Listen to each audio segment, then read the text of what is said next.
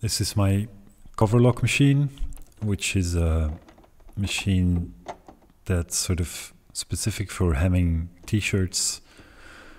You of course don't need a coverlock machine to do this. You can do this with a regular machine.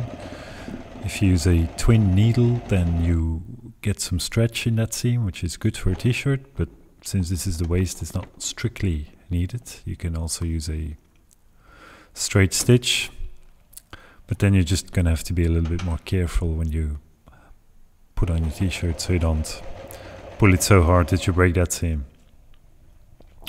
I'm gonna go all the way around here, making sure to remove the pins as I go, and then I'm going to do the exact same thing on the sleeves.